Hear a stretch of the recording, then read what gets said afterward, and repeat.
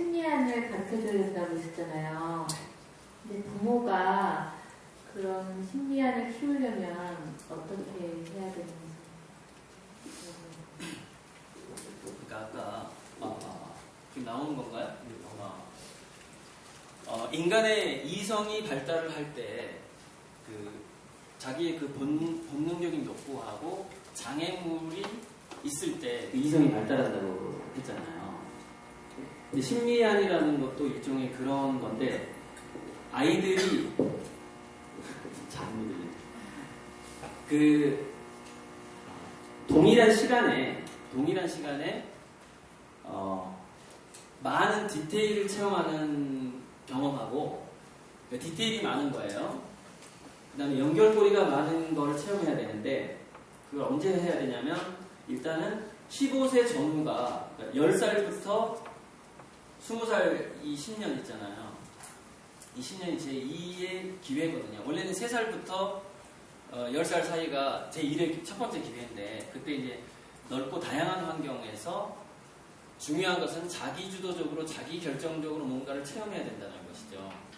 그리고 또 중요한 거는 그 체험 시간이 짧으면 안 된다는 거예요. 체험 시간이 짧으면 아이들은 심리안이 생기질 않아요. 그게 왜 그런지 그래서 요즘에 초등학교에서 체험학습 갈 때 뭐 오전에 잠깐 하고 오후에 오고 이런 거 있잖아요. 이런 걸로 아이들은 절대 심리안이 생기지 않습니다. 심리안이라는 것은 기승전결의 체험 속에서만 나타나요. 무슨 얘기냐면은 도자기 체험을 할 거면은 한 달 동안 도예가하고 살아야 되는 거예요. 거기서 심리안이 생기는 겁니다. 단발적인 체험은 심리안이 생기지 않고 그냥 보편적인 눈높이만 올려주게 됩니다. 나중에 엄마들이 고생하게 되죠. 왜? 그 아이는 자기의 세계를 개척할 만한 심리안은 없는데 보는 눈이 있어가지고 쓰고자 하는 욕구만 강해지는 것이죠. 그것이 이제 어설프게 만들어진 성적으로 명문대 간 그 자녀가 명문대를 갔을 때 그 집안이 망하는 이유입니다. 그러니까 똑같은 명문대생이라고 해도 심리안이 달라요. 자기주도적으로 어려서부터 체험하고 그 부모가 자기결정적으로 아이를 키웠을 때 로맨스가 강해지거든요. 심리학 실험에 나옵니다. 자기가 선택한 것을 인간은 좋아합니다. 더 몰입해요. 몰입 시간도 길어져요. 그런데 어쨌건 또한 그 결핍 속에서 뭔가를 선택했을 때 또 로맨스가 더 강해져요. 내가 이걸 쉽게 선택하지 못했을 때, 그죠? 여러분이 왜 연애를 아주 어렵게 하면은 그 남자가 미워 죽겠는데 못 헤어지는 겁니다. 어렵게 연애를 했기 때문에 그래요. 그래서 결국 끌려가게 돼요. 이제 그런 효과가 있는 겁니다. 그걸 보유 효과라고 하기도 해요. 어쨌건 심리학이라는 건 그렇게 선택 자체가 쉽지 않아야 되고 그 쉽지 않은 선택이 자기주도적이어야 되고 자기주도적인 선택을 디테일한 부분을 장시간 기승전결을 체험해야 되는데 주말 농장을 하더라도 아이들이 밭에서 돌을 골라내고 거름을 치고 씨를 뿌리고 그 잡초를 뽑고 하는 것이 아이들이 직접 해야 됩니다. 그래서 주말 농장을 하더라도 거기서 엄마 아빠가 그 경작하는 부분하고 자기 자식이 경작 둘이다. 그럼 그 두 아이가 경작하는 부분을 따로 줘야 됩니다. 이거를 통으로 한 가족이 주말 농장을 해버리면 그 아이는 심리안이 생기질 않아요. 그러니까 똑같은 체험인데 굉장히 디테일한 부분의 차이에 의해서 그 아이가 심리안이 생기느냐 안 생기느냐가 그 차별점이 생기게 되는 거예요. 그래서 이제 특히 명문대가 아이들이 갔을 때 거기서 차별점이 생기는데 심리안이 있는 애들은 새로운 논문을 쓸 수 있는 능력이 생깁니다.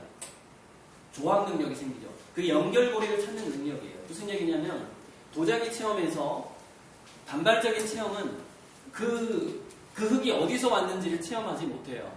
근데 한 달 동안 도예가랑 살게 되면은 그 아이는 도예가가 어디서 흙을 어떻게 채취하는지까지 체험하게 됩니다. 그 흙을 어떻게 반죽하고 어떻게 말리고 초벌구이와 재벌구이 단계에 몇 시간 동안 기다려야 되고 불을 뗀 다음에는 하루 정도 식혀야 되고 이런 걸 배우게 된다는 것이죠. 그런데 현대사회의 기업이라는 것은 바로 그 틈새 눈에 딱 띄는 것에가 해법이 있는 게 아니라 보이지 않는 그 기다림의 시간이라든가 A 단계에서 B 단계로 넘어가는 A-1, A-2 그 단계가 새로운 혁신적인 생각을 만들어낼 수 있는 요소들이, 카오스적인 요소들이 많은 거예요. 그렇기 때문에 과정이 생략된 체험은 심리학을 만들지 못합니다. 두 가지 조건이 필요합니다. 첫째, 여기서 이제 우리 어머니들이 꼭 기억하셔야 될 게 뭐냐면, 도자기 체험이나 스포츠 체험이 수학이나 영어랑 관계가 안 된다는 착각을 하시면 안 돼요. 초등학교 때까지의 깊이 몰입하는 뭔가의 체험은 그 이후의 학습 능력과 직접적인 관계가 있습니다. 근데 인간은 운동을 하는 뉴런과 문법을 만드는 뉴런이 같아요. 두뇌 속에서. 그러니까 두뇌 속에서 그 운동을 하는 부분과 문법을 만들고 독해를 하는 부분이 따로 있다라고 착각을 하고 있거든요. 그렇지가 않습니다. 같은 두뇌 부위를 쓰는 거예요. 그래서 중요한 것은 어떤 체험을 하고 학습을 할 때 거기에 그 아이가 깊이 몰입을 해서 오랫동안 아주 디테일한 과정을 전부 체험하느냐 하지 못하느냐가 가장 핵심인 거예요. 그것이 그대로 중고등학교 그 다음에 성인기로 전이가 되는 겁니다. 지금은 배고픈 시대가 아니기 때문에 자기가 좋아하는 활동을 깊이 있게 오랫동안 몰입하는 경험을 하지 않으면 뭔가를 추구하고자 하는, 연애하고자 하는 모든 로맨스가 사라져버려요. 그 15세 이전에 그걸 형성시켜줘야 됩니다. 그 이후에는 위기가 찾아오지 않으면 로맨스가 생기질 않아요. 굉장히 힘들어지는 거죠. 자식 관리하기가. 자, 그런데 가장 엄마들이 실수하는 게 두 가지인데, 하나는 아이가 장난감을 가지고 놀고 있는데, 놀이에 몰입해 있는데 밥 먹으라고 얘기하는 겁니다. 그러면 그 아이는 3시간 이상 체험을 못하는 애가 돼요. 그래서 아이가 뭔가에 몰입해 있을 때는 2끼 정도로 굶기세요. 이것이 굉장히 중요한 팁입니다. 지금 여러분 웃으면서 듣지만 그 경험을 한 아이는 나중에 로맨스가 강해집니다. 그리고 이제 끝났는데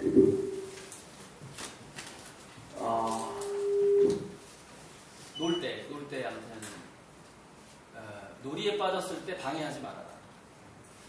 그 놀이가 어떤 종류이냐는 상관이 없습니다. 15세 이전에. 그게 스포츠에도 되고 취미에도 되고. 그런데 보통 엄마들이 그 어떤 행위에 빠져 있을 때 그것이 공부하고 연관이 없는 것 같으면 방해 중단을 시킵니다. 중단을 시키고, 특히 공부하고 관계가 없는 것 같으면 밥을 먹으라는 얘기를 더 잘하게 됩니다. 장난감 가지고 놀 때. 그게 심리학을 망치는 첫 번째라는 거예요. 아이는 장난감에, 그러니까 15세 전후의 아이들은 모든 것을 기억합니다. 두뇌가 시냅스가 굉장히 많아요. 그래서 이런 장난감을 가지고 노는 것에서 수학적인 능력하고 문법 능력, 독해 능력이 동시에 발달을 합니다. 두뇌 속에서는. 근데 단 2가지 조건에 의해서 발달하는 거죠. 그 행위를 그 아이가 즐길 것. 또 하나, 굉장히 세세한 디테일한 변화를 모두 맛볼 것입니다. 근데 이걸 엄마들이 다 방해를 하는 거죠. 그래서 아이들은 자기만의 자기만의 놀이터, 자기만의 아지트가 15살 이전에는 있어야 됩니다. 그리고 그래서 아이들의 방의 그 디자인이라든가 벽에 뭐 붙이고 청소를 안 하는 거 이런 거에 너무 간섭하면 안 돼요. 그러면 걔는 로맨스가 생기질 않아요. 그래서 집이 좁은 아파트에서 아이를 키우는 게 불리한 게 바로 그것 때문입니다. 넓은 단독주택은, 그래서 미국의 벤처기업이 다 차고에서 나오잖아요. 자기만의 공간에서 아이디어가 나오는 겁니다. 근데 여러분 아이들이 3살만 되면은 그것이 텐트가 됐든 뭐가 됐든 반드시 자기만의 공간을 주고서 15살까지 키워야 됩니다. 그렇지 않으면 심리학이 생기지 않아요. 이것이 굉장히 중요한 팁이에요. 몇 가지 원칙밖에 제가 얘기 못하겠는데 이걸로 끝이고 마이크 넘겨드리겠습니다. 50분 됐는데. 네. 감사합니다. 네.